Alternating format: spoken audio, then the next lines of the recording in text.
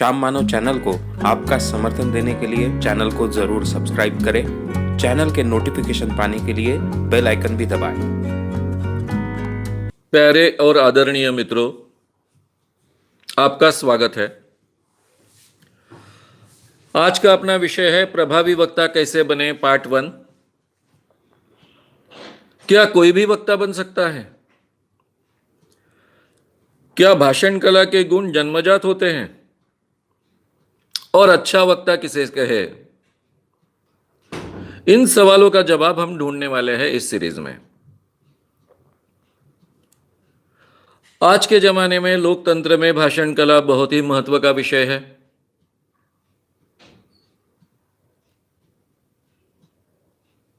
मैंने खुद भाषण कला का बहुत प्रभावी ढंग से उपयोग किया।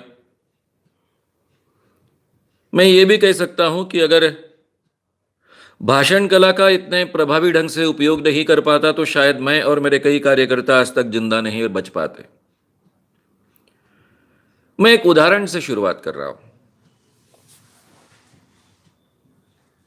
संगठन शुरू होकर 4-5 साल हो चुके थे।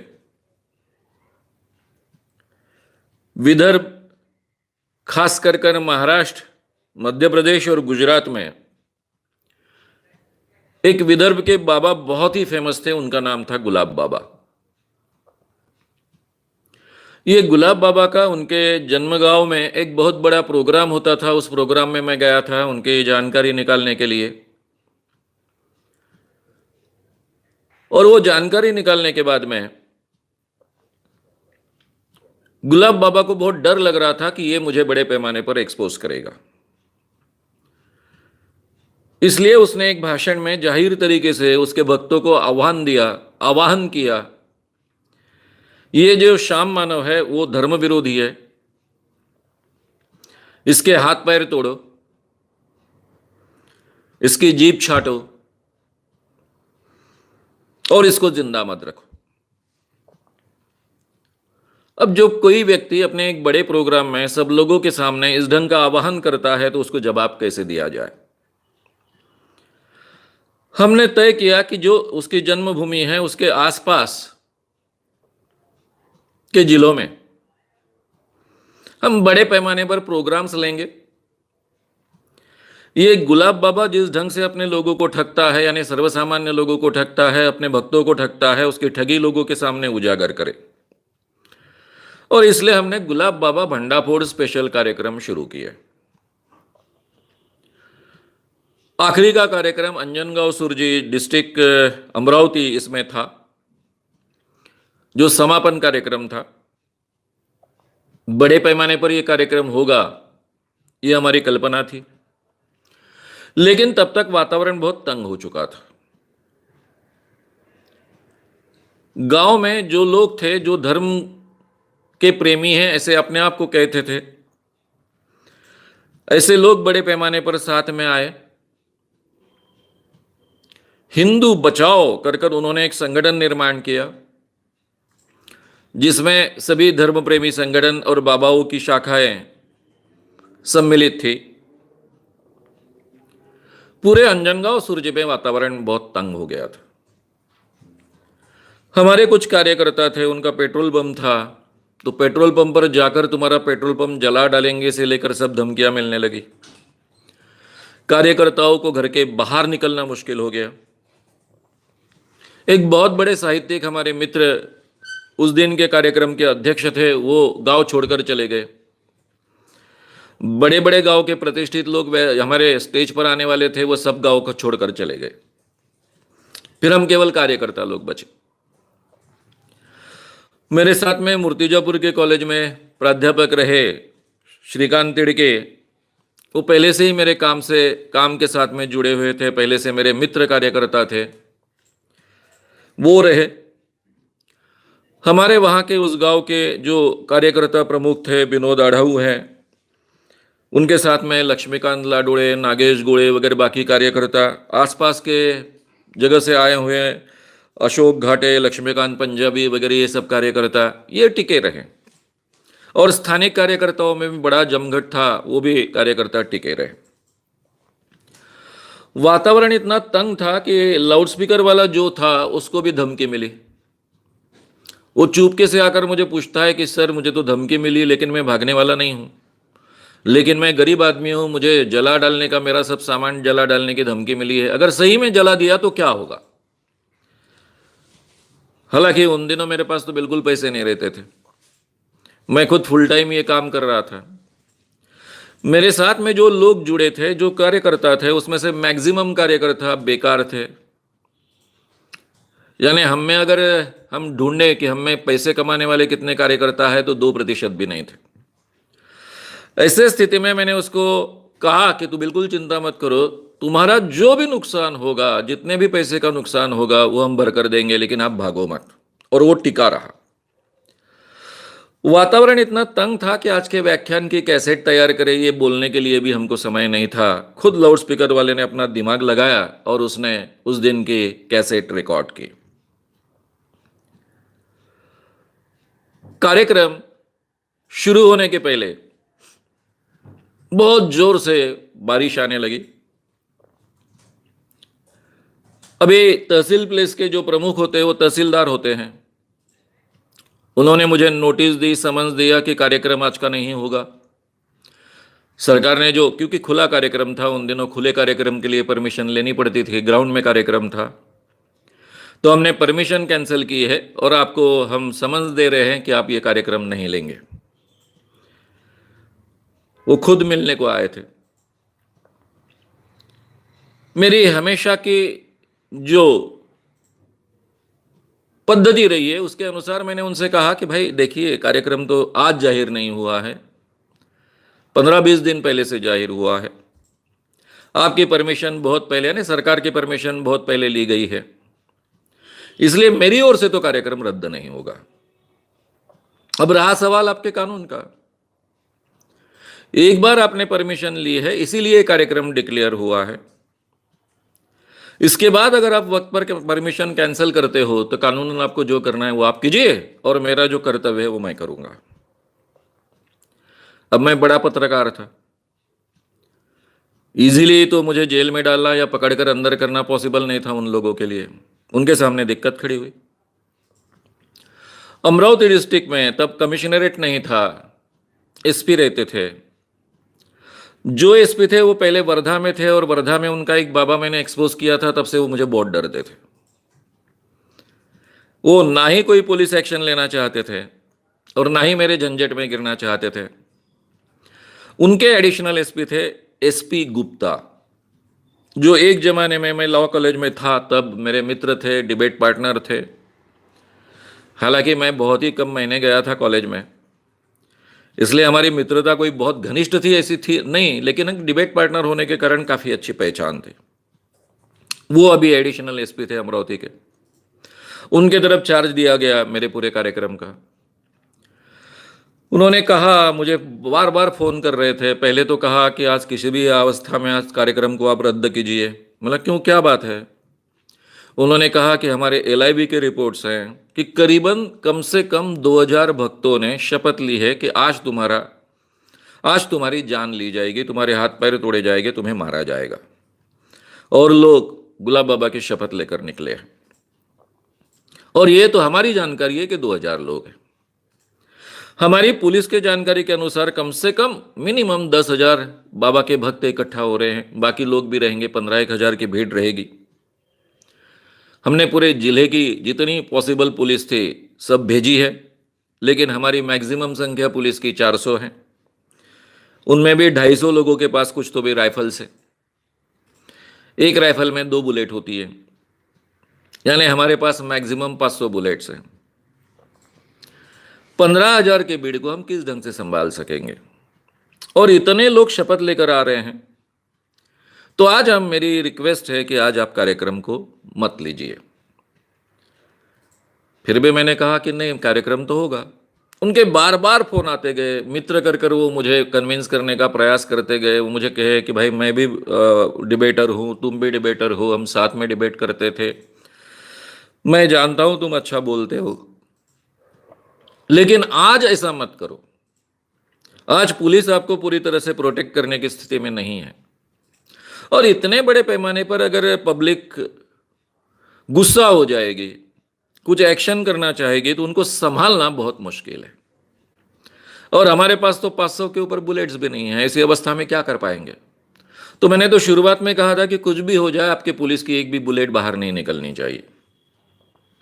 यानी मेरे कार्यक्रम के कारण पुलिस के गोली द्वारा कोई एक आधी व्यक्ति मारी गई, ये तो मैं जिंदगी भर सह नहीं पाऊंगा, इसलिए वो तो आउट ऑफ क्वेश्चन है। आप केवल जो गुंडे लोग हैं उनको आप संभालिए। गुलाब बाबा के जो भक्त हैं, वो 10,000 हो चाहे कितने भी हो, उनको संभालने की जिम्मेदारी मेरी है। गांव में ये जो हिंदू बचाओ मोर्चा था, उनका रिक्शा घूम रहा था, शाम मानो का कार्यक्रम को मत जाओ, गए तो भी कार्यक्रम मत होने दो, वगैरह वगैरह, डायरेक्टली सब बोला जा रहा था रिक्शा में। वातावरण पूरी तरह से तंग था। जोरदार बारिश होने लगी। थोड़े तहसीलदार साहब जरा रिलैक्स हुए, उनको लगा कि ये इतनी बारिश हो रही है कि अभी कार्यक्रम नहीं होगा। कार्यक्रम का समय था 8 बजे और बराबर 7:45 बजे के दरमियान बारिश रुक गई थी। हम सब लोग स्टेज पर हाजिर हुए। बड़े पैमाने पर लोग आए थे, लेकिन पूरा का पूरा ग्राउंड गीला हो चुका था। किसी को बैठने के लिए जगह नहीं थी। सब लोगों को मैंने आह्वान किया शुरुआत में ही कि मैं जानता हूं कि आप बड़े पैमाने पर इकट्ठा हुए हो, बैठने के लिए आज सुविधा नहीं है, ग्राउंड पूरी तरह से गीला हो चुका है, आपके बैठने की व्यवस्था हम कर भी नहीं सकते हैं। तो मैं भी खड़ा रहता हूं, आप भी खड़ा ही रहोगे, मैं खड़े रहकर बोलूंगा, आप खड़े रहकर सुनोगे। आगे आइए। अब चिंता मत कीजिए कि अभी बारिश नहीं आने वाली है, कम से कम मेरा भाषण खत्म होने तक तो बारिश नहीं आने वाली। और देखते देखते लोग सामने इकट्ठा हो गए। पुलिस ने पूरी तरह से सर्कल कर लिया था और शपथ लेकर आए हुए लोगों के सामने, जिन्होंने तय किया था कि हमारे बाबा के खिलाफ अगर एक भी शब्द बोला गया तो हम इस आदमी को यहीं पर मार डालेंगे, उस वातावरण में कार्यक्रम की शुरुआत हुई। अब क्या शुरुआत की होगी मैंने? मैं जानता हूं कि इस ढंग का भाषण अगर मैं फिर से देना भी चाहूं तो नहीं दे पाऊंगा। वो तो उस वक्त का, उस समय का आवश्यकता के अनुसार हुआ परफॉर्मेंस है। शुरुआत मैंने ऐसे की कि मैं जानता हूं कि मैं भक्त हूं, आप भी भक्त हो। भक्त प्रामाणिक होते हैं। जिस पर वो श्रद्धा रखते हैं, आस्था रखते हैं, उसके बारे में उनकी भावनाएं क्या होती है मुझे मालूम है। और मैंने अपने बचपन के किस्से, जब मैं बाबाओं का भक्त था, तब पूरे के पूरे लोगों के सामने रखने शुरू किए। और मुझे लगता है वहीं से वातावरण बदलना शुरू हुआ। फिर मैंने ये भी कहा, इसलिए मैं समझता हूं कि आपके मन में गुलाब बाबा के प्रति क्या भावना है। आप गुलाब बाबा को भगवान का अवतार समझते हो, आप गुलाब बाबा को प्रत्यक्ष भगवान समझते हो, और आपके भगवान के आगे अगर कोई उसके खिलाफ बोल रहा होगा, वो गलत है ऐसा कह रहा होगा, तो आपको गुस्सा आना लाजमी है और उसके लिए जान देने के लिए भी तैयारी रखना यह लाजमी है, क्योंकि आप प्रामाणिक भक्त हो। लेकिन आज तो मैं आपके सामने गुलाब बाबा के बारे में बोलने वाला हूं। अगर मैं झूठ बोलता हूं तो आप बिल्कुल मुझे जिंदा मत रखिए, लेकिन मैं अगर सच बोल रहा हूं और मैं जो बोल रहा हूं वो गुलाब बाबा कर रहा है, तो फिर क्या? तो क्या आप उसको माफ कर दोगे? तो क्या फिर भी आप उनका समर्थन करोगे? इसलिए मैं जो कह रहा हूं वो आपके सामने में रख रहा हूं। आप सुनते जाइए, आपके ही ध्यान में आएगा कि मैं सच बोल रहा हूं, क्योंकि आप मुझसे ज्यादा नजदीक से गुलाब बाबा को जानते हो। मैंने जितना उनको देखा है उससे ज्यादा आपने उनको देखा है। आपको मुझसे ज्यादा जानकारी है। केवल उस जानकारी का मतलब शायद आपके ध्यान में नहीं आया है, वो आपके ध्यान में मैं ला के दे रहा हूं। और फिर मैंने गुलाब बाबा के एक एक किस्से, वो स्त्रियों को किस ढंग से ठगते हैं, अपने आप को भगवान कृष्ण का अवतार कहते हैं, और फिर एक तरफ अपने आप को भगवान कृष्ण का अवतार कहते हैं, अलग अलग चमत्कार कर कर बताते हैं। ये चमत्कार कैसे किए जाते हैं ये भी लोगों को मैं समझा रहा था। आप भी कर सकते हो।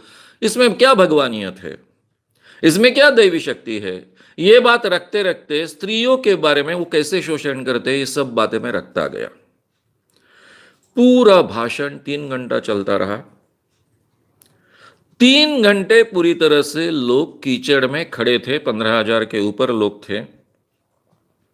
ये 400 जो पुलिस थे वे भी खड़े थे संघी नेता ने। बाद में मुझे रिपोर्ट्स में पता चला, पुलिस ने खुद कहा कि 20 मिनट होने के बाद हमारे ध्यान में आ गया कि पूरी तरह से वातावरण आपके कब्जे में आ गया है। हमने अपने राइफल्स को, जो संगीने थी, वो निकाल डाली और ये राइफल्स को टिकने के लिए उसका उपयोग कर कर हम उस कीचड़ में खड़े रहे। हमें तो ये भी पता नहीं था कि हमारा जो लाउडस्पीकर वाला है वो कैसेट रिकॉर्ड कर रहा है। उसने वो कैसेट रिकॉर्ड की। पूरी तरह से हमने सभा जीत ली थी। उस दिन और किसी को बोलने के लिए देने की संभावना भी नहीं थी, क्योंकि वातावरण इतना तंग था। कार्यक्रम खत्म होने के बाद में कोई मेरे साथ झगड़ा नहीं, किसी ने उल्टा सवाल पूछा नहीं। आते गए, मुझसे हाथ मिलाते गए, मेरी पेट थपथपाते गए। खासकर जो बूढ़े लोग थे वो पेट थपथपा कर चले गए।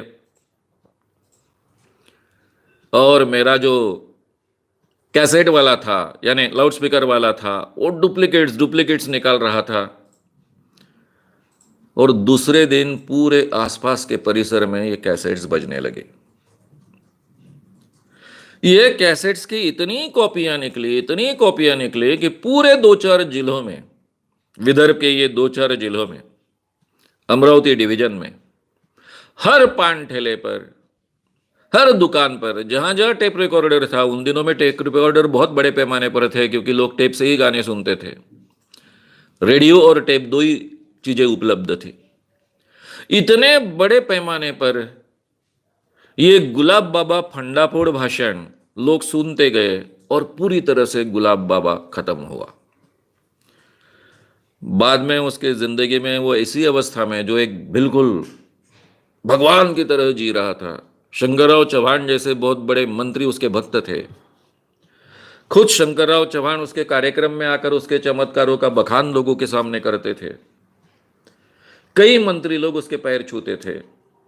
वही गुलाब बाबा बहुत बुरी अवस्था में, उसके बाद में उसका कोई आत्मविश्वास कभी बचा नहीं, ढाढ़स से कुछ बात आगे कह पाया नहीं, और उसी अवस्था में वो चला गया इस दुनिया से। ये जो उस दिन का भाषण था, वो इस ढंग का भाषण था कि थोड़ा भी अगर कम ज्यादा होता, मेरी ओर से कोई गलती होती, तो मैंने तो पहले ही पुलिस को हिदायत दी थी कि आपकी एक भी बंदूक की गोली बाहर नहीं आनी चाहिए। मेरे कार्यक्रम के कारण अगर एक भी व्यक्ति इस जिंदगी में मारा गया, तो मैं फिर से अपनी जिंदगी में खड़ा नहीं हो पाऊंगा।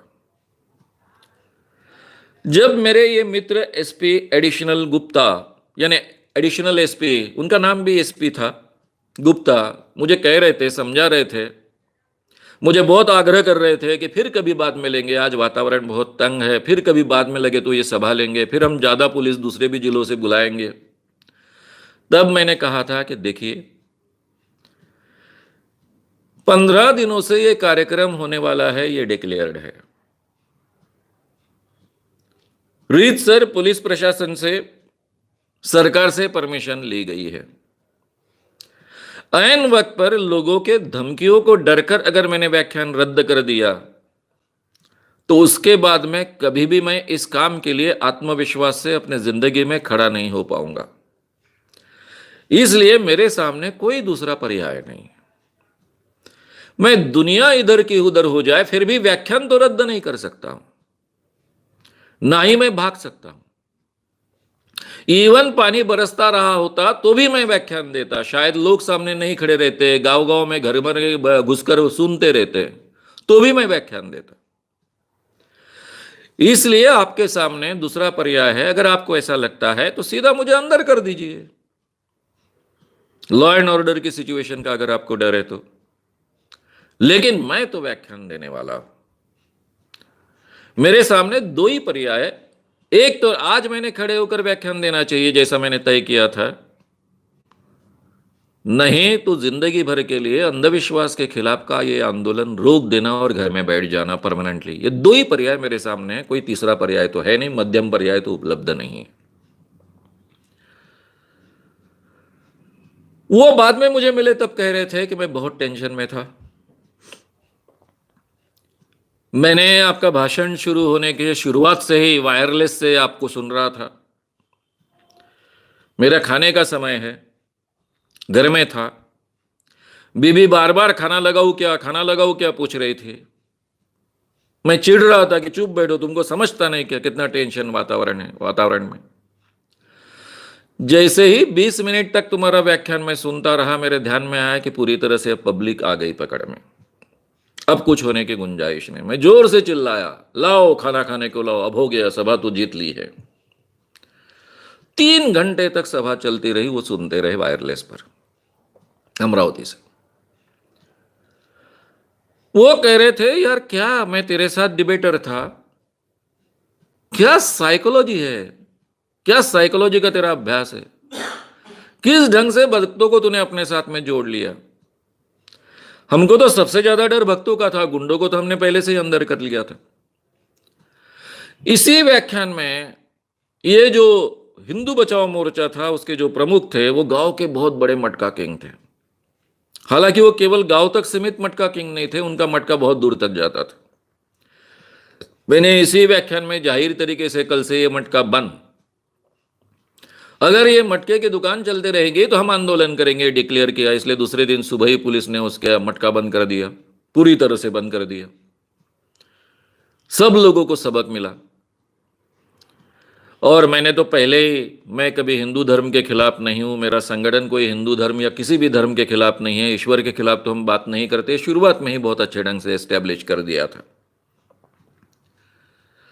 उस दिन अगर मेरे व्याख्यान में कोई कमी रहती, या जो लोग इतने बड़े पैमाने पर आए थे, शपथ लेकर आए थे, 10,000 के ऊपर उन बाबा के भक्त थे, उनको अगर मैं अपने साथ में जोड़ नहीं पाता, तो उस दिन जो भी हमारे 20-50 कार्यकर्ता थे, उनमें से एक भी जिंदा नहीं बचता, मैं भी जिंदा नहीं बचता।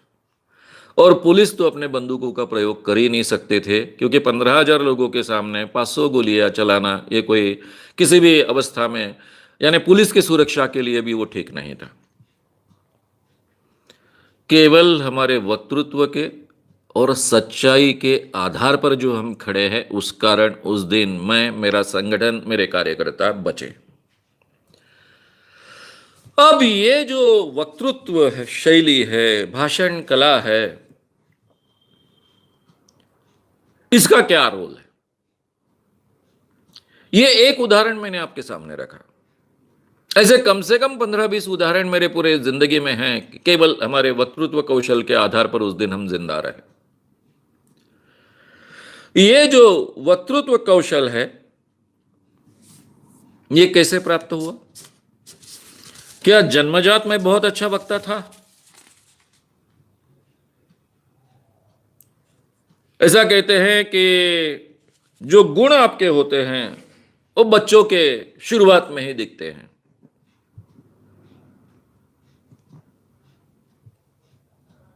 अब ये बात सही है क्या? क्या कोई भी वक्ता बन सकता है?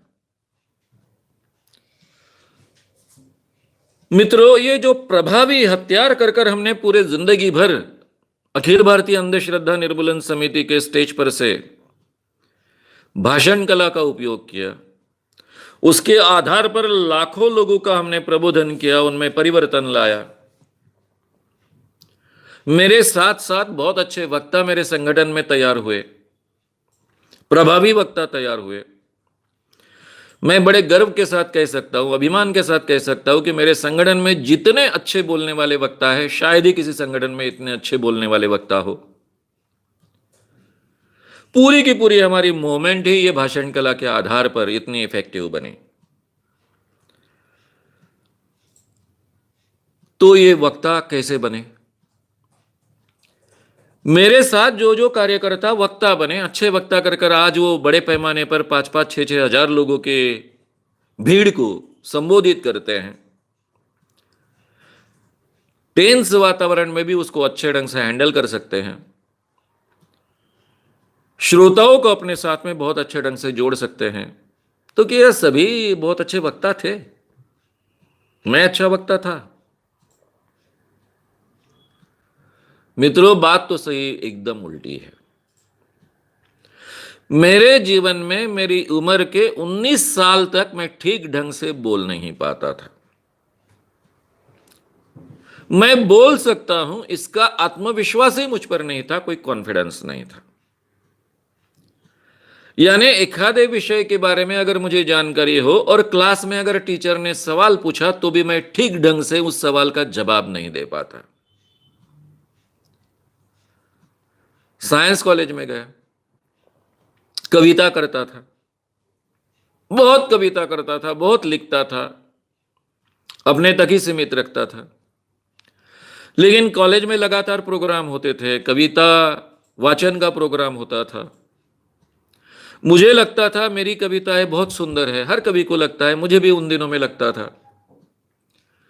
मैं कविता लोगों के सामने रखने के तैयारी करता था पूरी तरह से। मैं ऐसी प्रस्तावना करूंगा, ऐसी बात कहूंगा और बाद में कविता लोगों के सामने रखूंगा। अब उन दिनों कॉलेज का वातावरण ही इस ढंग से था कि इस ढंग के कार्यक्रम में लड़के लड़कियां अलग मूड में रहते थे।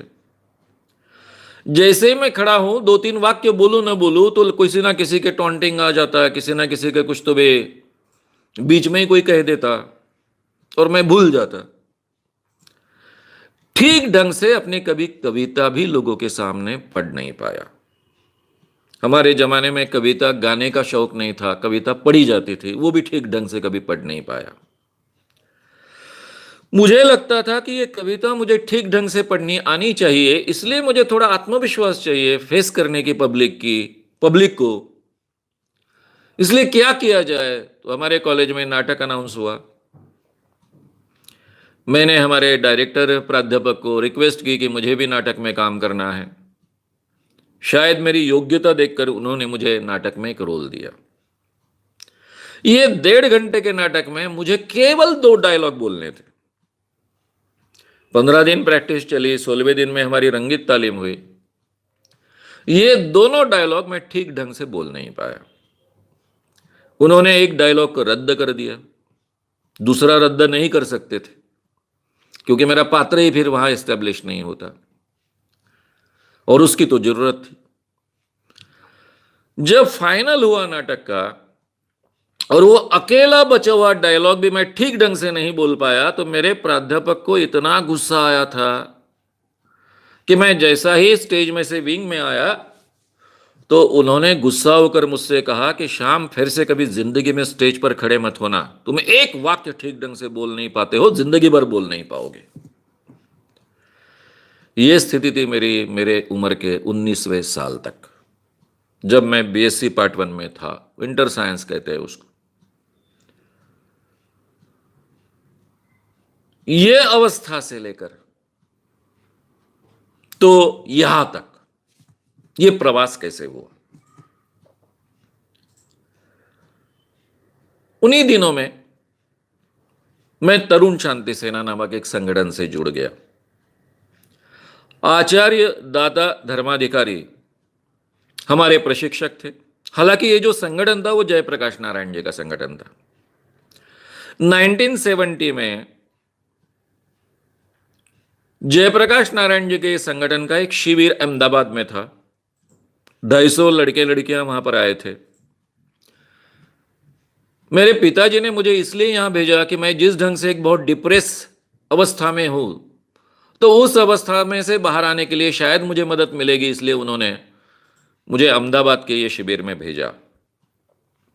वहां मैंने पहली बार आचार्य दादा धर्माधिकारी का भाषण सुना। उसके पहले मैंने बड़े बड़े लोगों के भाषण सुने थे। बमो पुरंदरे के 7 दिन के या 10 दिन के शिवाजी पर के व्याख्यान सुने थे। विद्या वाचस्पति विष्णुजी क्षीरसागर थे, उनके व्याख्यान सुने थे। ये दोनों बहुत अच्छे वक्ता थे। प्राचार्य राम शेवाड़कर तो मेरे ही भी मित्र थे, मेरे पिताजी के मित्र थे, आचार्य कुल का काम करते थे, उनको तो बार बार सुनता था। बाबा आमटे जी को सुना था, यदुनाथ जी थत्ते जी को सुना था। लेकिन मैंने पहली बार विनोबा जी को सुना था लेकिन जब मैंने पहली बार आचार्य दादा धर्माधिकारी जी को सुना तो मैं बहुत प्रभावित हुआ। ये 15 दिन के शिविर में मैंने कई वक्ताओं को सुना और कहीं तो भी मेरे ध्यान में आया कि ये जो कला है, भाषण कला है, ये बहुत महत्व की कला है। फिर मैं तरुण शांति सेना के अलग अलग विषयों में भाग लेने लग गया। वर्धा ये बहुत बड़ा केंद्र था। हमारे ज्येष्ठ कार्यकर्ता मित्र अशोक बंग, डॉक्टर अभय बंग के बड़े बंधु, वो वर्धा का संगठन चलाते थे, हमारे मार्गदर्शक थे। तब उन दिनों में जयप्रकाश नारायण जी के ये तरुण शांति सेना नामक संगठन की ओर से हमने शिक्षा में क्रांति ये विषय लेकर उस पर हम काम कर रहे थे। तो जिले के हर कॉलेज में जाना, वहाँ लोगों को, यानी कॉलेज में पूरी तरह से जो कार्यक्रम रहेगा उसमें विद्यार्थी और प्राध्यापक इन दोनों को शिक्षा के बारे में जानकारी देना, हमारी शिक्षा कैसी अधूरी है, सही शिक्षा क्या होनी चाहिए, दुनिया में किस किस ढंग की शिक्षा होती है, इसके बारे में उनको अवेयर करना, ऐसा काम हमारा चल रहा था। मुझे अभी भी याद है कि 2-4 कार्यक्रम ऐसा होने के बाद में हम लोग जा रहे थे बस से, वर्धा से आरवी के एक बहुत बड़ा कॉलेज था, उस कॉलेज में व्याख्यान था मेरे साथी मित्रों का, शिक्षा में क्रांति इस विषय पर। तो ये जो हमारे अशोक बंगरकर मेरे ज्येष्ठ सहकारी थे, उन्होंने मुझसे कहा कि श्याम ऐसा करो, तुम अभी बहुत दिनों से इस काम में हो, 4-5 प्रोग्राम में भी आए हो, तुमने सभी आयोजन में बड़े पैमाने पर अच्छा काम किया है, आज ऐसा करो कि तुम पहले 2-4 मिनट की प्रस्तावना करो। बोला ऐसा कैसे मैं कर सकता हूं, मैं कभी बोला नहीं था।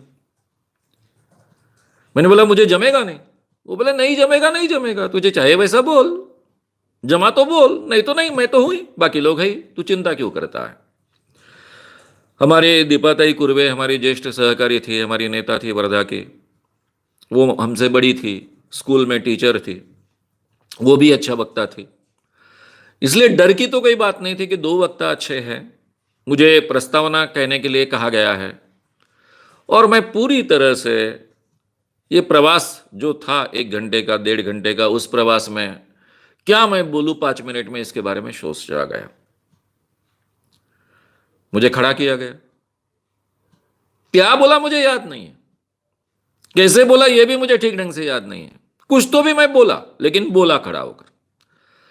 सामने करीबन 1000 के ऊपर लड़के लड़कियां हैं, मेरे ही आसपास के उम्र के लड़के लड़कियां हैं, प्राध्यापक लोग हैं बड़े पैमाने पर, प्राचार्य बैठे हैं, गांव के प्रतिष्ठित लोग बैठे हैं, और उनके सामने मैं 3-4 मिनट शिक्षा में क्रांति के बारे में कुछ तो भी बोल रहा हूं। जैसे ही मैं स्टेज से उतरा, दीपा जी खड़ी हो गई बोलने के लिए, तो मैं अशोक के बाजू में बैठा, तो अशोक ने पीठ थे तो भाई बहुत अच्छा बोला, तुम बोल सकते हो। अब शायद ये तो कैजुअल थी बात अशोक के लिए, लेकिन ये 2 वाक्य कि तुम बहुत अच्छे बोले हो, अच्छे बोल सकते हो, शायद उसको याद भी नहीं होगा, लेकिन मेरे लिए वो बहुत ऊर्जा का काम दे गए। दूसरे कार्यक्रम में मैंने खुद होकर बोला कि मैं प्रस्तावना करना चाहता हूं, और अशोक ने बहुत आनंद से कह दिया कि ठीक है तुम प्रस्तावना करो, लेकिन अभी तैयारी कर बोलो। और फिर मैंने भाषण की तैयारी करना शुरू किया। तब तक आचार्य दादा धर्माधिकारी का बहुत अच्छे ढंग से मैं उनके कई कार्यक्रम सुनते गया था, मैं बहुत नजदीक से उनको ऑब्जर्व करता था। यानी ऐसा हुआ था कि हमारे यहाँ एक तरीका था बैठने का, अलग अलग लड़के लड़कियों के ग्रुप्स किए गए थे, उसके अनुसार बैठना था। आचार्य दादा धर्माधिकारी हमारे सामने 15 दिन में कई 5-6 तो भी व्याख्यान उन्होंने दिए। तो पहले व्याख्यान में मैं सुनते वक्त बहुत दूर था, जैसे ही उनका दूसरा व्याख्यान है ये मुझे पता चला, तो मैंने रिक्वेस्ट की कि आगे आकर बैठना चाहता हूं। शायद मेरी उत्सुकता देखकर आयोजकों ने मुझे परमिशन दी, नियम तोड़कर, और मैं एकदम दादा के सामने बैठ गया। बहुत बारीकी से उनके बोलते वक्त के हाव भाव, उनके हाथों के हाथ जिस ढंग से चल रहे थे बोलते बोलते, वो सभी बातें बहुत बारीकी से ऑब्जर्व कर रहा था। मुझे पता नहीं, आज मुझे समझता है कि मैं बहुत बहुत बारीकी से इन चीजों को भी ऑब्जर्व कर रहा था। आचार्य दादा धर्माधिकारी बहुत बड़े वक्ता है, ये मुझे पहले से पता था। उनका काफी नाम पहले सुना था। पंडित जवाहरलाल नेहरू जैसे प्राइम मिनिस्टर भी उनका व्याख्यान सुनना चाहते हैं और उसके लिए अपना समय एडजस्ट करते हैं, ये उनकी ख्याति थी। भूदान मूवमेंट में विनोबा जी से भी बहुत अच्छा बोलने वाले वो वक्ता है, ये उनकी ख्याति थी। अपनी बात बहुत तार्किक ढंग से वो लोगों के सामने रखते थे और मेरी शिक्षा शुरू हो गई। मैं देख रहा था कि वो भाषण देते वक्त उनके सामने एक चीट रहती है, पॉइंट्स होते हैं और वो पॉइंट्स के आधार पर बोलते हैं। अब इतना ही था, हर व्याख्यान वो पॉइंट्स के आधार पर बोलते हैं। अब अहमदाबाद के शिविर में तो मैंने जो व्याख्यान सुने थे हर वक्त नया व्याख्यान था, लेकिन उसके बाद में तरुण शांति सेना के जो हमारे साल भर शिविर चलते रहते थे, हर शिविर में मैं जाने लग गया। मुझे मेरे संगठन की ओर से बड़े उत्साह से भेजते गए, क्योंकि कई बार उसके आयोजकों में मैं रहता था, आयोजन में महत्व का हिस्सा लेता था। तब मैंने देखा कि दादा कई बार वही भाषण देते हैं, लेकिन तो भी उनके सामने चेट होती है, तो पॉइंट्स देखकर बोलते हैं। यह भी मैंने ऑब्जर्व किया कि जब वो बोलते हैं पॉइंट्स की तरफ देखते हैं, ऐसा नहीं है, लेकिन वो पॉइंट्स रखते हैं सामने। ये तो आगे चलकर मैंने उनको सवाल पूछा था कि दादा, मैंने आपके अभी 100 के ऊपर व्याख्यान सुने हैं, आप कई बार एक विषय लेते हो तो उसी वही बात लोगों के सामने रखते हो। पूना में ये सवाल मैंने उनके सामने रखा था। 3 व्याख्यान मैंने उनसे लगातार उनके सुने थे, एक ही विषय पर थे। एक विजय मेडिकल कॉलेज में था, एक लोगों के सामने था, और एक कोई तो भी स्त्री कार्यकर्ता का संगठन था, उनके सामने था। तीनों व्याख्यानों का विषय करीबन एक था, स्त्री पुरुष सहजीवन। तो मैंने कहा कि तीनों जगह आप वही बात करते हो, इसके बावजूद आप क्यों पॉइंट सामने रखते हो? तब मुझे उन्होंने कहा था कि शायद तुमने बहुत बारीकी से मेरे व्याख्यान नहीं सुने हैं। विषय वही था, पॉइंट्स वही थे, लेकिन मैं जो अलग अलग लोगों के सामने, जैसे विजय मेडिकल के सामने मैं जब बोल रहा था, मेरे बोलने की स्टाइल अलग थी। मुद्दे वही होने के बावजूद मेरे उदाहरण अलग थे, मेरा उनके साथ वार्तालाप करने का ढंग अलग था। जब मैं स्त्री संगठन के श्रोताओं के सामने बोल रहा था तब ढंग अलग था, और जब मैं आम पब्लिक के सामने बोल रहा था तब अलग था। विषय वही था, पॉइंट्स वही थे, लेकिन ढंग अलग था। उसमें काफी सब्सट्रैक्शन थे, काफी एडिशंस थे। तब मैं और बारीकी से उनके व्याख्यान सुनते गया। यह मेरे ट्रेनिंग का हिस्सा था, और फिर मेरी तैयारी शुरू हो गई। अभी मैंने अपने घर के लोगों से झगड़कर साइंस कॉलेज छोड़कर मैं आर्ट्स कॉलेज में दाखिल हो गया था। हमारे जमाने में आर्ट्स कॉलेज में किसी लड़के ने दाखिल होना यह कोई अभिमान का विषय नहीं माना जाता था। हमारे समय में 1970s में करीबन यह नियम था कि जिस लड़के का दिमाग अच्छा चलता है उसने साइंस में ही सीखना चाहिए। जिसका दिमाग इतना अच्छा नहीं चलता है, मैथमेटिक्स और ये साइंस के विषय जिसको नहीं जमते हैं, थोड़ा कम होशियार है, उसने कॉमर्स विषय में जाना चाहिए। और जिस लड़का पुरुष होने के बावजूद बिल्कुल ही दिमाग नहीं चलता है, उसने आर्ट्स फैकल्टी में जाना है। लड़कियों के बारे में अलग नियम था। तब साधारणतः 20 साल की उम्र के पहले लड़कियों की शादी होनी चाहिए, यह मां बाप का आग्रह रहता था।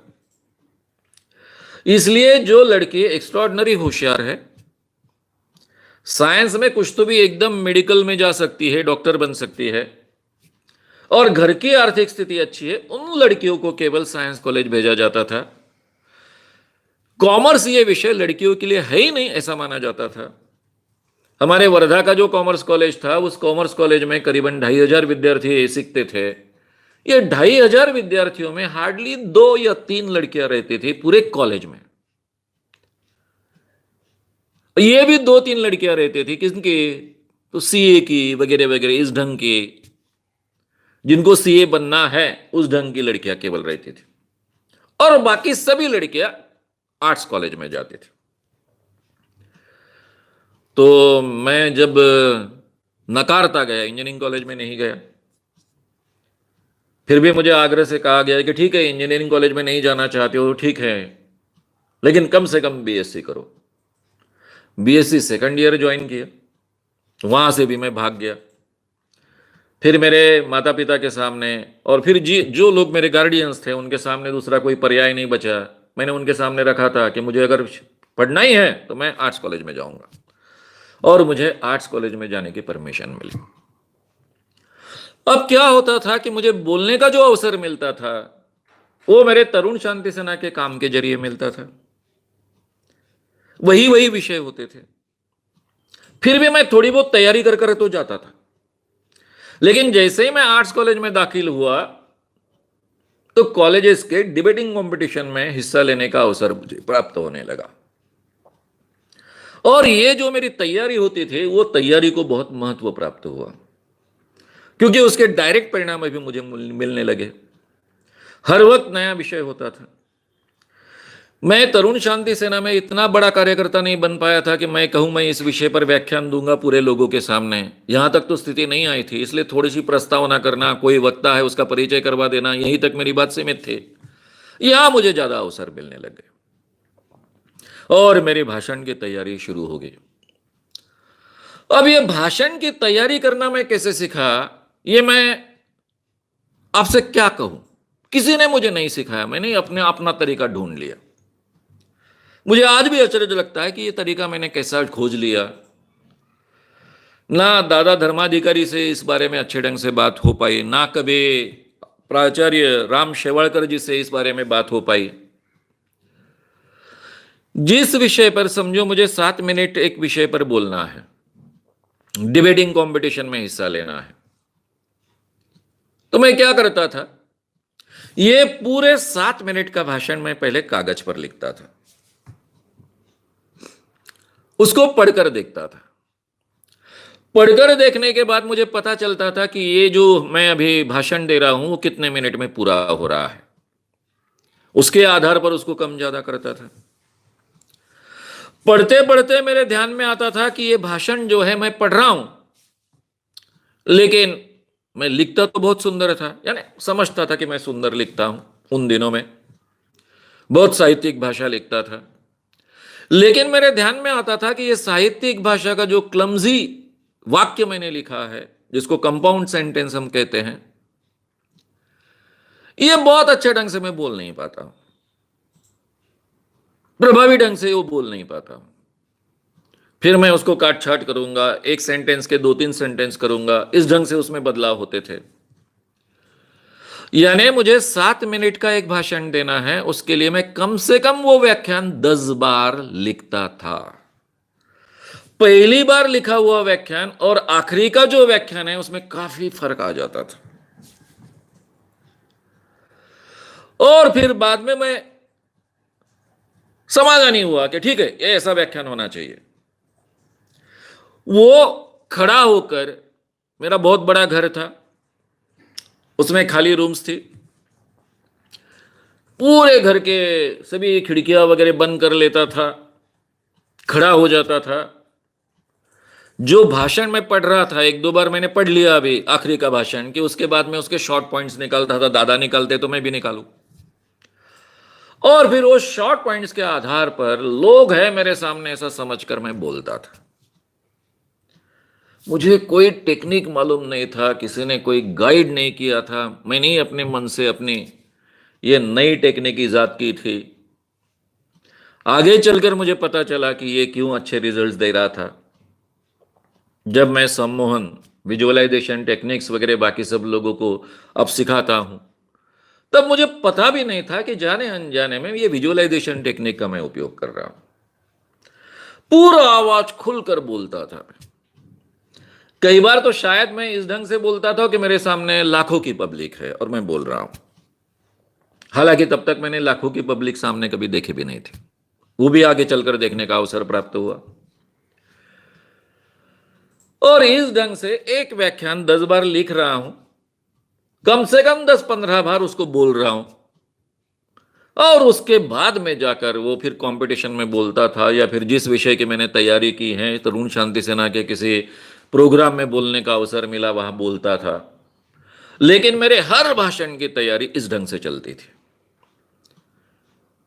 तब मुझे पता नहीं था कि इसके क्या फायदे मिलने वाले। एक तो पहली बात, मैं अपनी उम्र के 19वें साल तक कभी बोल नहीं पाया था। बोलने के लिए स्टेज पर खड़ा होने के बावजूद बोल नहीं पाया था। वहां से मेरा प्रवास शुरू हुआ है।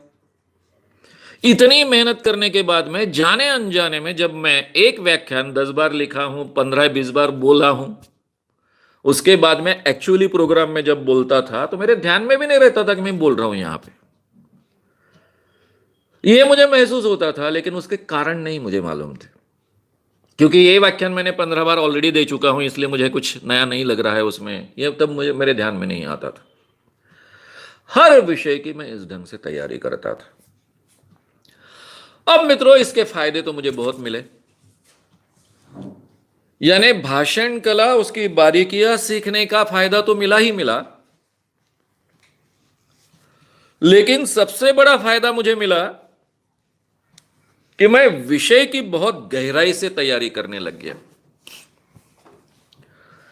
फिर आगे चलकर कॉलेज के डिबेटिंग सोसाइटी का, यानी उसी साल में मैं डिबेटिंग सोसाइटी का प्रेसिडेंट बनाया गया। हालांकि हमारे कॉलेज में डिबेटिंग सोसाइटी नाम की कोई चीज नहीं थी, लेकिन प्राध्यापकों ने मेरा इंटरेस्ट देखकर डिबेटिंग सोसाइटी बनाई, उसका अध्यक्ष मुझे बना दिया। हमारे कॉलेज का वातावरण बहुत विचित्र था। कॉलेज में 2200, 2200 लड़कियां और 600 से 700 लड़के, इस ढंग का ये कॉलेज था। Arts college, Yashwant arts college Wardha. हमारे कॉलेज में होम साइंस भी था, इसलिए लड़कियों की संख्या बहुत ज्यादा थी। होम साइंस में केवल लड़कियां पढ़ने के लिए आती थी। कॉलेज में अगर कोई कार्यक्रम हो, क्योंकि हमारा कॉलेज एक बहुत बड़े कांग्रेस के लीडर का कॉलेज था, बापूराव जी देशमुख का। उनके प्राचार्य थे जीबी कदम, वो खुद मिलिट्री में मेजर रह चुके थे। उनको अलग अलग कार्यक्रम आयोजन करने में बहुत इंटरेस्ट था। साल में कुछ 5-6 कार्यक्रम तो भी बड़े पैमाने पर होते थे। बड़े बड़े लेखकों को बुलाया जाता था, बड़े बड़े पुढ़ारियों को बुलाया जाता था। और जिस दिन ऐसा कोई कार्यक्रम रहेगा, उस दिन प्राध्यापक लोगों के पास स्कूटर्स तो एक दो ही लोगों के पास थे। जो हमारे कॉलेज के 60-70 प्रोफेसर थे, उनमें से बाकी सब लोग साइकिल चलाते थे। जिस दिन ऐसा प्रोग्राम रहेगा, उस दिन हमारे प्राध्यापक लोग ऐसे साइकिल लेकर रोड पर खड़े हो जाएंगे कि लड़के लड़कियां भाग ना जाए। फिर भी बहुत भाग जाते थे, लड़के तो भाग ही जाते थे, और उनको पकड़ पकड़ कर हॉल में बिठाया जाता था। हमारा 500-600 लड़के लड़कियां बैठ सके ऐसा हॉल था, और इर्द गिर्द 400-500 खड़े हो सके ऐसा हॉल था। उस हॉल में कैसे भी 150-200 लोगों को बिठाया जाए और उनके सामने प्रोग्राम हो, ये कॉलेज की स्थिति थी प्रोग्राम्स की। हमारा डिबेटिंग सोसाइटी बनी। डिबेटिंग सोसाइटी बने, उसका कारण भी ऐसा था। प्राध्यापक लोगों को ऐसा लगता था कि मैं इतना एक्टिवली काम करता हूं, कॉलेज का वातावरण काफी मैं बदल रहा हूं, तो मैंने चुनाव में खड़ा होना चाहिए। इसलिए उस वक्त परिस्थिति ऐसी थी कि पहले क्लास में खड़े रहो, उसमें से आप सीआर बनो, क्लास रिप्रेजेंटेटिव बनो, और उसके बाद में जीएस बनो।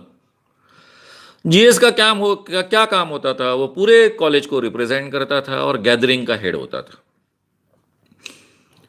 तो मैं सीआर के लिए खड़ा हुआ। मुझे लगा पूरा क्लास मेरे सपोर्ट में है। अभी हमारे क्लास के लड़कियों से में से अलग सीआर, लड़कों में से अलग सीआर, और मेरे जिंदगी में मैं पहली बार किसी चुनाव में खड़ा रहा और पराजित हुआ। उसके बाद में मैंने कभी भी कोई भी चुनाव लड़ने की हिम्मत ही नहीं की, क्योंकि मैं इतना कॉलेज में लोकप्रिय था। इसके बावजूद मेरे क्लास के लड़कों ने मुझे पराजित किया था। फिर बाद में जो हमारा जीएस बना, तो जीएस सब कॉलेज के प्रोग्राम्स का हेड होता था, इसलिए ये अलग से डिबेटिंग सोसाइटी बनी और हर शनिचर को हम प्रोग्राम रखते थे। इस प्रोग्राम को हम बाहर के लोगों को नहीं बुलाते थे, हमारे ही कॉलेज के लड़के लड़कियां भाषण देते थे। और कभी किसी प्राध्यापक को साइकिल लगानी नहीं पड़ी, खड़ी करनी नहीं पड़ी, लोगों को बुलाने की आवश्यकता नहीं पड़ी। उल्टा हॉल में कभी भी लड़कों को बैठने की सुविधा प्राप्त नहीं हुई। यानी 10 बजे अगर प्रोग्राम है, 9 बजे अगर प्रोग्राम है, तो 8:30 बजे ही पूरा हॉल खचाखच भर जाता था। सब पीरियड छोड़कर चले आते थे।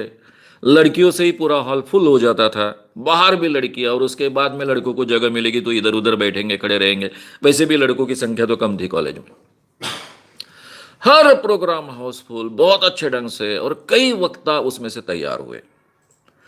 उनसे भी इसी ढंग से मेहनत करने के लिए मैं कहता था, गाइड करता था, उनको प्रोत्साहित करता था। एक साल के अंदर हमारे यूनिवर्सिटी में 3 टीम्स हम भेजते थे, 6 लोग। हमेशा मैं नहीं जाता था, बहुत प्रेस्टिजियस डिबेट्स रहते थे तो मैं जाता था। और हमने कोई भी टीम भेजे तो भी वो टीम कम से कम सेकंड प्राइज तो लेकर आता ही था, फर्स्ट सेकंड तो लेकर ही आता ही था। इस ढंग से वो, जिसको हम ये डिबेटिंग सोसाइटी के आधार पर इसी विषय को लेकर जो मेहनत करते थे उसके फल थे। उसमें से 2 सालों में हमने कम से कम 25 एक तो भी वक्ता तैयार किए। फिर बाद में हमने वर्धा शहर में भी वक्तृत्व कलोपासक मंडल कर शुरू किया। उसमें बाहर के कॉलेज को भी, लड़के लड़कियों को हम इन्वॉल्व करते थे, उनको भी ट्रेन करते थे, उनको भी वक्ता बनाने का प्रयास करते थे। तो यह विषय केवल मेरे बोलने तक सीमित नहीं था, लोगों को तैयार करना, उनको वक्ता बनाना, उनका भी ट्रेनिंग करना और मेरा भी ट्रेनिंग करना, ऐसा साथ साथ में ये सब चल रहा था। इन्हीं दिनों में मेरे तरुण शांति सेना के मित्र और ज्येष्ठ सहकारी बाळ सरोदे, यवतमाल के थे, वो यवतमाल में व्याख्यानमाला आयोजित करते थे। उनको लगा श्याम आजकल बहुत अच्छा बोलने लगा है। उन्होंने मुझे ऑफर दी कि व्याख्यानमाला में 1 दिन का विषय तुम बोलो। मैं बड़े उत्साह से तैयार हुआ। मुझे पूछा गया कि कितना समय बोलोगे। मैंने बोला कम से कम 1.5 घंटा। हालांकि आचार्य दादा धर्माधिकारी हमेशा 1 घंटा ही बोलते थे, लेकिन मेरे बाकी काफी वक्ता जिनको मैंने सुना था वो 2 घंटे तक बोलते थे। 2 घंटे के ऊपर तो मैंने किसी को बोलते वक्त सुना नहीं था। तो मुझे लगा 1.5 घंटा तो मैं बोलूंगा। मैंने बहुत अच्छे ढंग से तैयारी की। मेरा ये पहला जाहिर लोगों के सामने इतने बड़े समय का एक फुल विषय का व्याख्यान था।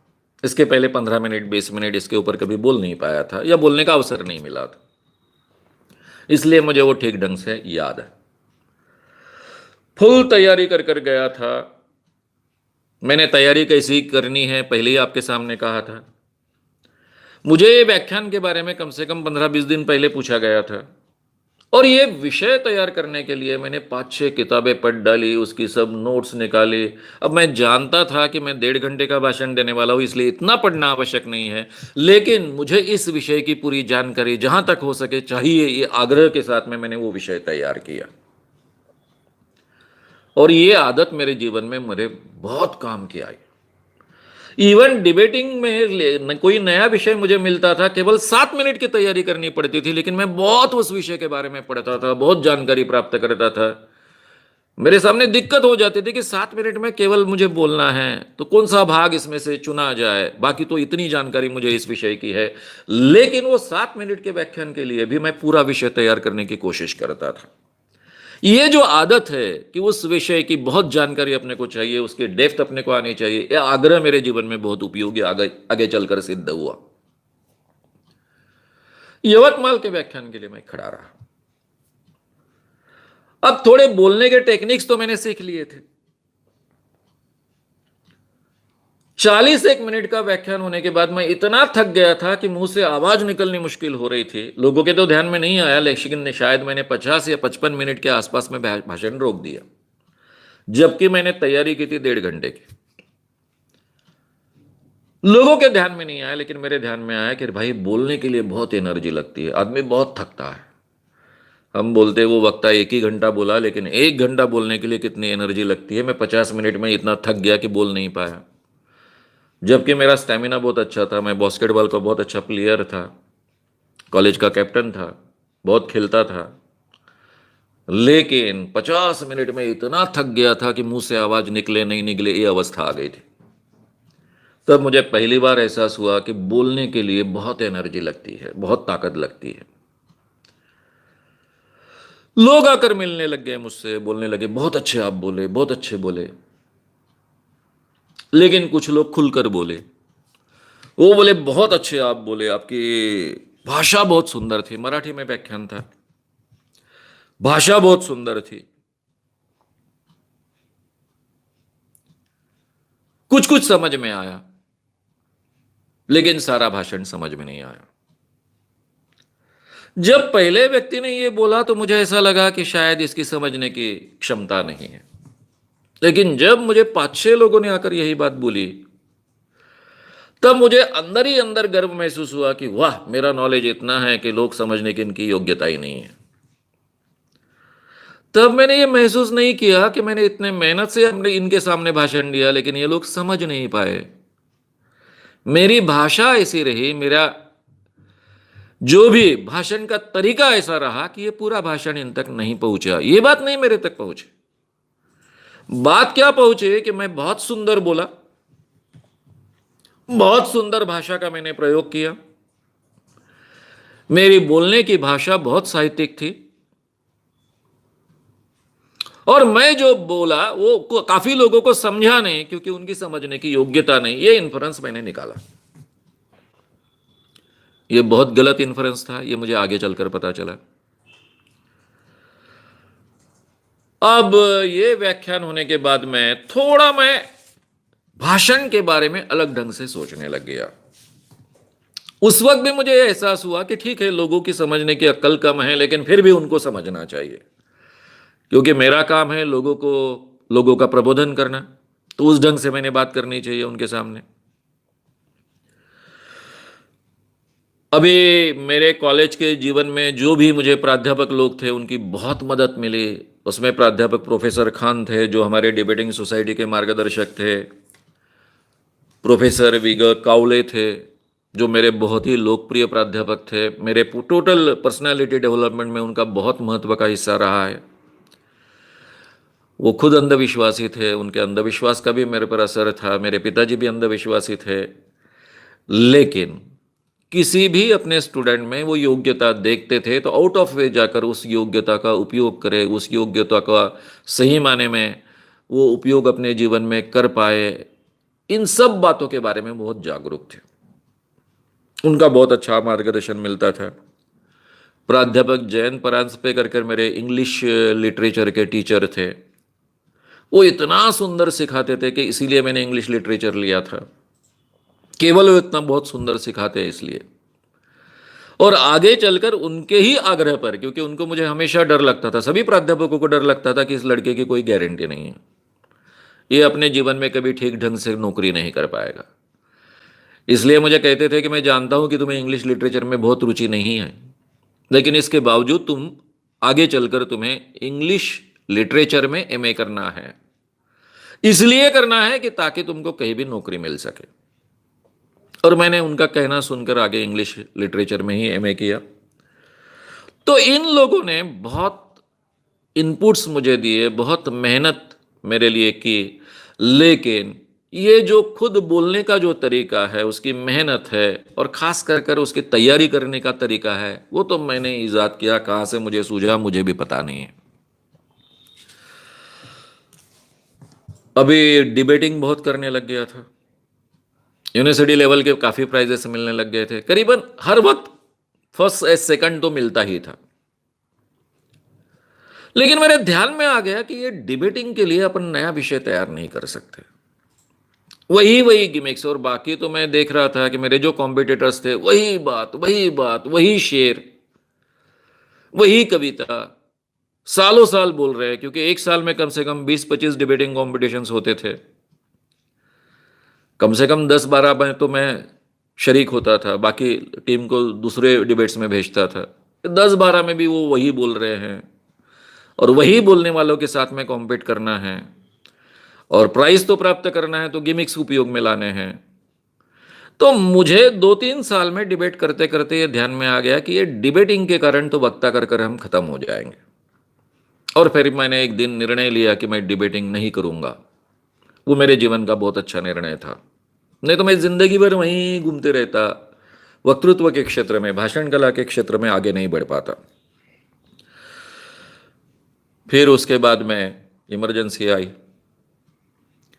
इमरजेंसी में पहले ही दिन में हमने पोस्टर्स लगाए गांव में, पुलिस पकड़ कर ले गई, जेल में ठूस दिया। कोर्ट में हमको पूछा गया कि आपने पोस्टर्स लगाए क्या? हमने तुरंत बोला हाँ। हमारे जो मैजिस्ट्रेट थे उनको हमारे प्रति बहुत सहानुभूति थी। हम तीनों कॉलेज के विद्यार्थी, मैं, चंद्रकांत वानखेड़े और सुभाषिता पे, तीनों कॉलेज के विद्यार्थी थे। उन्होंने पूरे के पूरे पुलिस को, सरकारी वकील को, सबको बाहर कर दिया और हमसे कहा कि कबूल नहीं करने का। तुमने कबूल किया तो मुझे तुम्हें शिक्षा देनी पड़ेगी, और एक बार तुम्हें कानूनन पनिशमेंट हुई कि उसके बाद में तुम्हें कोई भी अच्छी नौकरी नहीं मिलने वाली, सरकारी नौकरी तो मिलने ही नहीं वाली। तुम कॉलेज के विद्यार्थी हो, इसलिए कबूल नहीं करने का। हमसे कबूल करवा लिया और उसके बाद में फिर पुलिस को बुलाया गया, सरकारी वकील को बुलाया गया और उनके सामने पूछा गया। अब सवाल थोड़ा उन्होंने ऐसा पूछा कि हमको ज़्यादा झूठ ना बोलना पड़े। ये गांव में तुमने सरकार के खिलाफ पोस्टर्स लगाकर देशद्रोह का काम किया है कि नहीं? हमने जवाब दिया, हमने देशद्रोह का कोई काम नहीं किया है, यानी हमने पोस्टर नहीं लगाए, ये बोलने की हमें जरूरत नहीं गिरी, झूठ नहीं बोलना पड़ा। और फिर आगे केस चलती रही, 10 महीने तक केस चली। उसके बाद में हमको बाइज्जत बरी किया गया 10 महीने जेल में रहने के बाद। तब तक सेकंड सेशन आ गया था, 76 साल का। वर्धा में मेरा घर था, तो मेरे पिताजी ने मेरा घर वर्धा का बेच दिया और वो यवतमाल में रहने के लिए गए थे। इसके बावजूद मैंने वर्धा के कॉलेज में एडमिशन लेने का प्रयास किया। मैं अपने कॉलेज का सबसे लोकप्रिय विद्यार्थी, करीबन एक संगीत छोड़कर बाकी सभी प्राइजेस लेने वाला विद्यार्थी, कॉलेज में पूरी तरह से वातावरण बदलने वाला विद्यार्थी। उसी विद्यार्थी को हमारे मिलिट्री में मेजर रह चुके प्राचार्य कहते हैं कि ऐसे देशद्रोहियों को मैं कॉलेज में प्रवेश नहीं दूंगा, तुम देशद्रोही हो। अब मुझे कॉलेज में प्रवेश भी नहीं मिल रहा है, तो मैं करूं क्या? इसलिए मैं यवतमाल, मेरे माता पिता थे, वहां चला गया। वहां रसवंती शुरू करने का प्रयास किया, पूरी तैयारी की। मशीन आकर गिरा था, गन्ने आकर गिरे थे, मैं शुरू करने वाला था। हालांकि व्यावसायिक पद्धति से तो शुरू नहीं हुआ था, लेकिन वो गन्ने का रस निकाल कर कुछ अपने मित्रों को पिलाना वगैरह भी शुरू हो गया था, नौकर वगैरह भी रख दिए थे। और उसी दिनों में इंदिरा गांधी जी ने चुनाव डिक्लेयर किए। हम तो मान रहे थे कि इमरजेंसी कभी हटने वाली नहीं है, और चुनाव डिक्लेयर हुए। चुनाव डिक्लेयर होने के बाद में जिन इंदिरा गांधी ने हमें जेल में भेजा है, उसके खिलाफ तो पूरी ताकत से लड़ाई करनी चाहिए। इसलिए रसबंदी बंद कर कर, यानी शुरू ही नहीं हुई थी उस ढंग से देखा जाए तो व्यावसायिक तरीके से, हमने गांव में व्याख्यान देने शुरू कर दिए। अब ये व्याख्यान कैसे? तो तब विरोधक सब साथ में आए। अब समय तो बहुत कम था, 40-50 दिन थे डिक्लेयर करने के बाद में। उतने दिनों में ही चुनाव का जो भी उम्मीदवार होगा उसका चुनाव होना, उसके प्रचार की तैयारी करना, और उसके प्रचार में भिड़ गए। यवतमाल डिस्ट्रिक्ट, वर्धा डिस्ट्रिक्ट, अकोला में। अब देखिए, मुझे जो भाषण देने का तरीका आज तक मैं उपयोग में लाता था, वो विद्वानों के सामने मुझे बात कहनी है, इस ढंग का तरीका था। भाषा कठिन होती थी, बोलने का तरीका थोड़ा सा बौद्धिक था, भाषा आम लोगों को समझ में आए इस ढंग से नहीं होती थी। अब हम जैसे जवान लोगों के लिए कौन बड़े पैमाने पर प्रोग्राम आयोजित करने वाले हैं?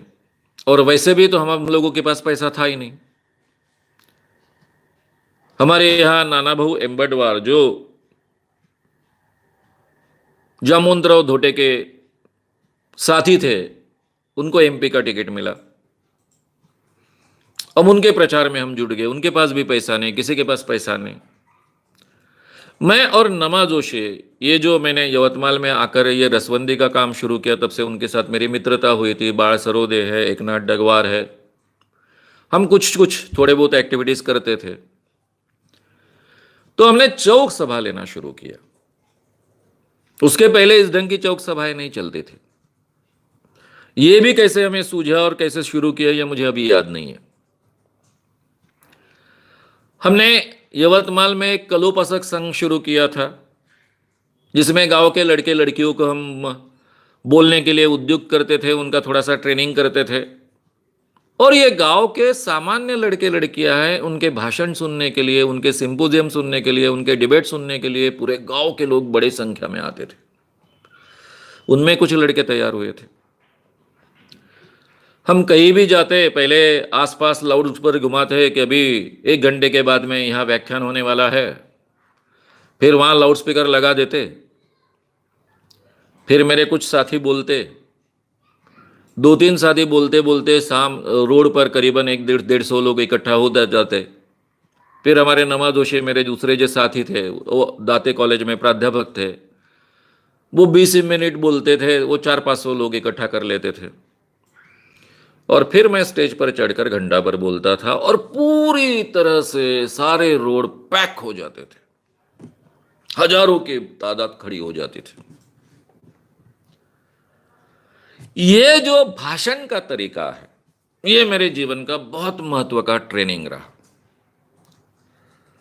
अगर मैं ये चुनाव के भाषण और खास कर ये चौक सभाएं नहीं करता, तो मुझे लगता है कि मैं इस ढंग का वक्ता कभी नहीं बन पाता। मैं इन्हें गिने लोगों का ही वक्ता रहता। बहुत विद्वान हैं, बहुत अच्छा बोलते हैं, प्रवचन देते हैं, व्याख्यान देते हैं, इस ढंग का ही एक वक्ता रहता। राहगीर चलते हुए उनको रोकना, 1-1.5 घंटा भाषण सुनने के लिए प्रवृत्त करना, इतना इंटरेस्ट भाषण में निर्माण करना कि वो अपना काम धाम भूल जाए और आपको सुनते खड़े हो जाए और रोड पूरी तरह से ब्लॉक हो, ये सीखने का बहुत सुंदर अवसर तब मुझे मिला। हम सबको मिला। नमा जोशी भी बहुत अच्छे वक्ता बने, मैं भी वक्ता और अच्छा बनने के लिए मुझे चांस मिलते गया। और उन्हीं दिनों में नीळू फुले, महाराष्ट्र के एक बहुत प्रसिद्ध कलाकार, राष्ट्र सेवा दल से जुड़े हुए कलाकार, बहुत फेमस। अभी नाट्य क्षेत्र में तो अब करते थे काम बीच बीच में, लेकिन सिनेमा में वो काम करते थे। हालांकि विलन का काम करते थे, लेकिन बहुत महाराष्ट्र में लोकप्रिय थे। ये जनता पार्टी कर ये नाम लिया था इन पार्टियों ने। ये जनता पार्टी के प्रचार के लिए उन्होंने समय दिया था। अब मेरी तो पहले बहुत अच्छी पहचान नहीं थी, लेकिन सभी समाजवादी लोगों से पहचान थी, तो हमने वो समय को ग्रैब किया और नीळू भाऊ का समय यवतमाल और 2-3 जिलों के लिए मैंने प्राप्त कर लिया। नीळू भाऊ की पहली सभा, नीळू फुले और रामनगरकर। रामनगरकर भी बहुत फेमस एक्टर थे। ये दोनों बोलने के लिए आने वाले हैं, इस कारण बड़े पैमाने पर पब्लिक इकट्ठा हो जाती थी। प्रचार भी बहुत अच्छा ढंग से करते थे। प्रचार का टेक्निक भी हमने साध्य किया था। पहली नीळू भाऊ की सभा कम से कम 10,000 लोग इकट्ठा हुए। ये जो 10,000 लोग इकट्ठा हुए, हालांकि 10,000 लोग कोई मैंने पहले जिंदगी में पहले नहीं देखे थे, ऐसे नहीं है। क्योंकि 1973-1974 में जयप्रकाश नारायण की कम से कम 5 या 6 सभाएं मैंने देश में अटेंड की थी, जिसमें 5-5 लोग इकट्ठा हुए थे। 5-5 लाख लोग इकट्ठा हुए थे। ये 5 लाख लोग कहना बहुत आसान है, लेकिन जब आप स्टेज पर खड़े होते हो और सामने 5 लाख लोग हैं, तो आखिरी तब आपको केवल लोग दिखते हैं, आखिरी का छोर दिखता ही नहीं है। यह मैंने महसूस किया था। अब तब मुझे तो भाषण देने का अवसर मिलना पॉसिबल नहीं था, नया नया वक्ता भी था, छोटा कार्यकर्ता था। लेकिन मैं खुद जाकर माइक हाथ में लेता था, लोगों को कहता था अभी कार्यक्रम शुरू होने के लिए आधा घंटा है, आप अपनी जगह लीजिए, ये अनाउंस जो करते हैं 5 लाख लोगों के आगे, उसकी भी एक अलग नशा थी। वो लाउड स्पीकर का क्वालिटी बहुत सुंदर रहती थी, आवाज आखिरी तक पहुंचता था, सभाएं बड़ी बड़ी होती थी। तो मैंने तो देखे थी इतनी पब्लिक, पब्लिक देखने का सवाल नहीं था, लेकिन अभी ये 10,000 की भीड़ इकट्ठा हुई, निळूभाऊ फुले के लिए इकट्ठा हुई। और निळूभाऊ फुले देख ले कि इतने बड़े पैमाने पर पब्लिक आई, जाम खुश हुए। मैंने कहा निळूभाऊ आप कितना टाइम बोलोगे, क्योंकि पूरा कार्यक्रम का आयोजन मैं कर रहा था। बोले मैं ज्यादा से ज्यादा आधा घंटा। मैंने कहा क्या निळूभाऊ तुम आधा घंटा बोलोगे, इतनी बड़ी पब्लिक इतने दूर से आई है, ऐसा कैसा चलेगा, बाकी तुम बोलो ना।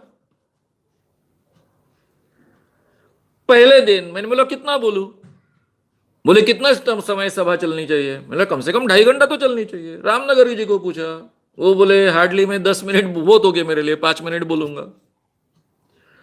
अब निळूभाऊ और रामनगरकर मिलकर अगर 35 मिनट बोल रहे हैं तो मुझे कम से कम 1.5 घंटा बोलना है।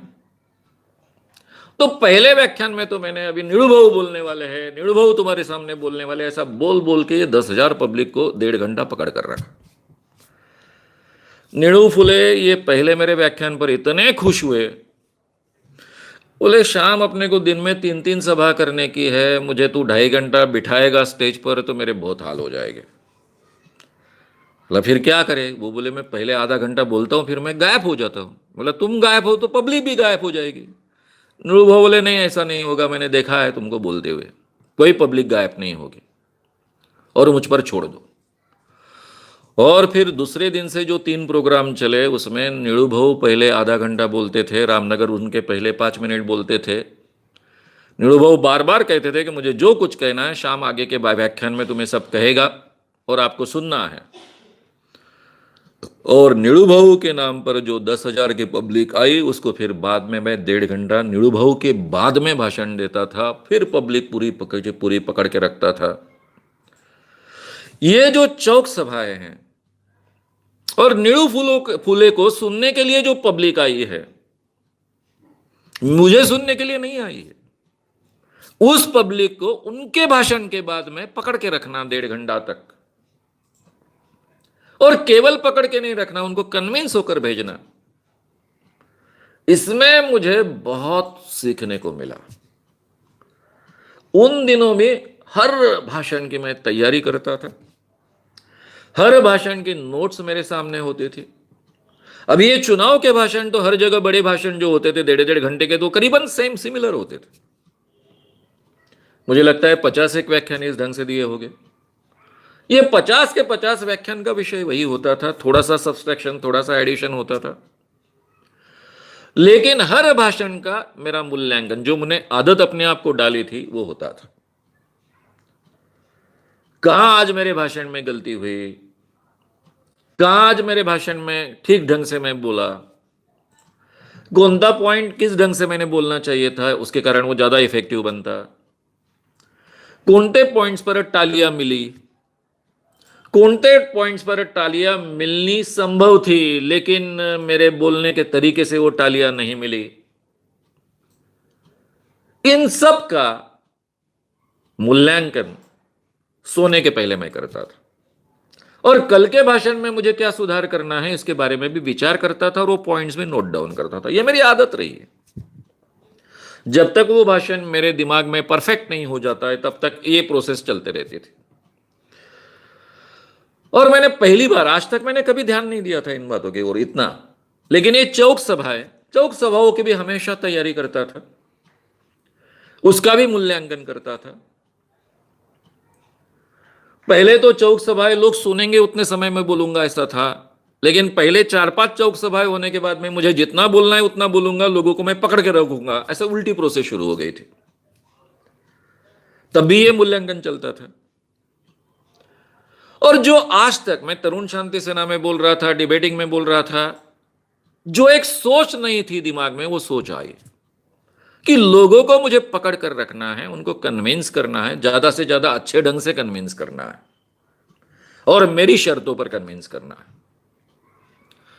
अब जो मैं हमेशा भाषण सुनते आया, चाहे अटल बिहारी वाजपेयी हो, चाहे मेरे डिबेटिंग के सभी कॉम्पिटिटर्स हो, हर व्यक्ति शेरो शायरी का उपयोग करते थे, कविताओं का उपयोग करते थे। मैंने अपने जीवन में कभी शेरो शायरी का उपयोग नहीं किया, कविताओं का उपयोग नहीं किया, जिसको हम चुटकुले कहते हैं, एनेक्डोट्स कहते हैं, कोई विनोदी किस्से कहते हैं, उसका उपयोग नहीं किया। जो बात मुझे कहनी है वही बात कहते कहते अगर विनोद निर्माण होता है तो ठीक है, उसी में से कोई इंटरेस्टिंग किस्सा निर्माण होता है तो ठीक है। लेकिन बाहर की एक आधी चीज लाकर केवल लोगों को हंसाने के लिए, केवल लोगों को अच्छा लगे इसलिए मैंने कोई भी चीज अपने भाषण में कभी नहीं जोड़ी। अभी ये चुनाव के जो भाषण में कर रहा था उसमें भी मैंने नहीं जोड़ी। लेकिन लोगों को पकड़ कर रखना है, लोगों ने बहुत अच्छे ढंग से सुनना है, और यहां से जाते वक्त केवल वो अच्छा भाषण सुनकर जा रहे ऐसा नहीं है, तो जीवन में कुछ मूल्य भी साथ में लेकर जाए, ऐसी बात चुनाव के भाषण में भी मैं रखता था। और शायद इसीलिए मेरे भाषण सबसे अलग होते। मैं वहां भी जीवन मूल्यों की बातें रखता था। भ्रष्टाचार के खिलाफ तो पूरा आंदोलन था ही, जयप्रकाश नारायण का आंदोलन, इसलिए बोलने के लिए काफी अवसर भी था। मुझे सही माने में ये जो चुनाव के भाषण मैंने 2 साल किए, 3 इलेक्शंस किए, लोकसभा का इलेक्शन, बाद में विधानसभा का इलेक्शन, और उसके बाद में नगर परिषदों का इलेक्शन, ये 3 इलेक्शंस में मैंने 3 जिलों में कम से कम बड़े पैमाने पर प्रचार किया। और इन प्रचार के कारण मुझे आसान भाषा में, कम से कम कठिन शब्दों में बोलना है, वाक्य सिंपल रखने हैं, कम समय में ज्यादा आशय लोगों तक पहुंचाना है और इफेक्टिवली पहुंचाना है, लोगों को उस भाषण में इन्वॉल्व करना है, उनके हृदय को, उनकी भावनाओं को टच करना है। यह सब सीखने का अवसर मिला। मेरे जीवन में अगर ये चुनाव के भाषण करने का अवसर मुझे प्राप्त नहीं होता और उसका इस ढंग से मैं फायदा नहीं उठाता, तो शायद आगे चलकर जो हमारे अंधविश्वास के खिलाफ मूवमेंट खड़ी हुई वो इस ढंग से कभी खड़ी नहीं हो पाती। तो मित्रों, इस ढंग से ये भाषण का तरीका इवॉल्व होते गया। ना मैंने भाषण कैसा करना है ये कभी उसके पहले पढ़ा था, ना किसी अच्छे वक्ता ने इसके बारे में मुझे गाइड किया था। अपने ही तरीके से मैं ये तरीके ढूंढते गया, कोशिश करते गया, खुद भी सीखते गया, मेरे साथ में मैं कई लोगों को सिखाते गया। ये प्रोसेस आज भी शुरू है। वक्ता भी बनते गए और मैं भी बेहतर बनने की कोशिश करते गया। आज यहीं रुकते हैं। 1 घंटा 20 मिनट हो चुके हैं। अभी हम क्वेश्चन आंसर सेशन लेंगे। आगे पार्ट 2, पार्ट 3 ये चलता रहेगा। मैं इतना ही कहूंगा, एक अनुभव आपको सामने रखूंगा और उसके साथ मैं रुकूंगा। मेरे संगठन के लिए मैं हमेशा भाषण कला के ऊपर वर्कशॉप लेते आया। मुंबई में ऐसा ही एक मेरा वर्कशॉप था। 1987 की वगैरह बात थी। मेरे एक मित्र डॉक्टर संदेश नाइक, वो अमेरिका गए थे और काफी सालों बाद भारत वापस आए। उन्होंने पेपर में पढ़ा था कि श्याम मानव का वक्तृत्व इस विषय पर एक वर्कशॉप है कार्यकर्ताओं के लिए, इसलिए वो आकर बैठे। और मैं उनको 5-6 साल बाद देख रहा था। 5-6 साल बाद थे, वो अमेरिका में रह चुके थे। एक बहुत गोरा गोरा आदमी कुछ तो भी पीछे बैठा है, अलग से कपड़े पहना हुआ, इतना मुझे दिखता था। बिल्कुल बीच में मुझे मिले नहीं। वो आए थे केवल मुझसे हाय हेलो करने के लिए, लेकिन पूरे दिन रुके। मुझे केवल ऐसा दिखता था कि कोई तो भी एक नया आदमी है, हमेशा मेरे पहचान वाला नहीं है। जब पूरी तरह से वर्कशॉप खत्म हुआ तब वो मेरे पास आए। नजदीक आने के बाद में भी मुझे लगा कि आदमी पहचान का है, लेकिन जब उन्होंने मराठी में बोलना शुरू किया तो तब मुझे लगा अरे ये संदेश नाइक तो नहीं है। और मैंने पूछ ही लिया, संदेश नाइक? वो बोले हाँ। पहचाना नहीं मुझे, मिला नहीं। अरे क्या बदल गए हो तुम, बिल्कुल अमेरिकन लगते हो। वो बोले मैं हाय हेलो करने के लिए आया था, लेकिन तुम्हारे शुरुआत में ही मैं अटक गया यहाँ पर और पूरे दिन बैठा रहा, इसलिए बीच में मिला भी नहीं। मैं अमेरिका में इस ढंग के कई वर्कशॉप मैंने किए। पब्लिक स्पीकिंग ये तो बहुत ही फेमस सब्जेक्ट है, खुद वर्कशॉप लेता हूं। वो मुझसे पूछ रहे थे कि ये सब जो पॉइंट्स तूने अपने कार्यकर्ताओं के सामने रखे हैं वो कहां से लाए, ये भाषण के बारे में इस ढंग की सोच तुझे कहां से प्राप्त हुई? मैंने कुछ नहीं, मैं तो सोशल फील्ड में हूं, इतने सालों से सोशल फील्ड में काम कर रहा हूं, वक्तृत्व मेरा अभ्यास का विषय रहा है, मैंने खुद ढूंढे हैं ये सब। वो बोले कि पब्लिक स्पीकिंग पर मैंने कई किताबें पढ़ी है, मैंने कई वर्कशॉप अटेंड किए हैं, खुद मैं वर्कशॉप लेता हूं, लेकिन ये जो पॉइंट्स तूने कहे ये आज तक मैंने कभी सुने नहीं थे, मैंने कभी सोचे नहीं थे, और किसी के सोच में आज तक मैंने देखने की कोशिश भी नहीं की थी। क्योंकि जो ट्रेनर्स थे उनके साथ में मेरी काफी चर्चाएं हुई हैं, उनके भी दिमाग में ये पॉइंट्स नहीं है। इतना भाषण के हर हिस्से के बारे में, उसकी बारीकियों के बारे में जितना तुमने आज अपने कार्यकर्ताओं के सामने कहा, इतनी बढ़िया सोच मैंने आज तक भाषण के बारे में कभी सुनी नहीं है। ये उनकी प्रतिक्रिया थी। मैं भी जानता हूं क्योंकि उसके बाद में मैंने काफी इस विषय पर किताबें पढ़ी है, क्योंकि भाषण कला की तरफ देखने का मेरा उद्देश्य ही अलग है। क्या कोई भी आदमी उत्तम वक्ता बन सकता है? जी हां, कोई भी आदमी उत्तम वक्ता बन सकता है। शर्त क्या है? एक ही शर्त है, मेरे पास लोगों को कहने लायक कुछ तो भी होना चाहिए, और मुझे लोगों को बताने की आवश्यकता लगनी चाहिए, और लोगों से इतना लगाव होना चाहिए कि मुझे ये बात लोगों के सामने रखनी है, ऐसा अंदर से लगना चाहिए।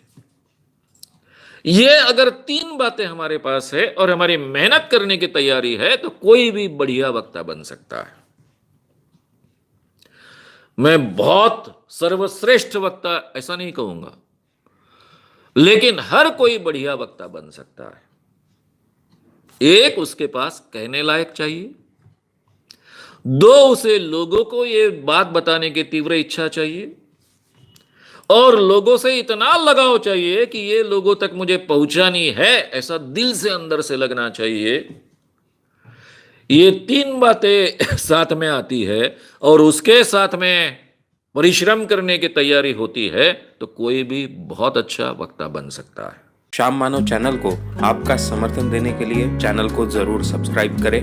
चैनल के नोटिफिकेशन पाने के लिए बेल आइकन भी दबाएं।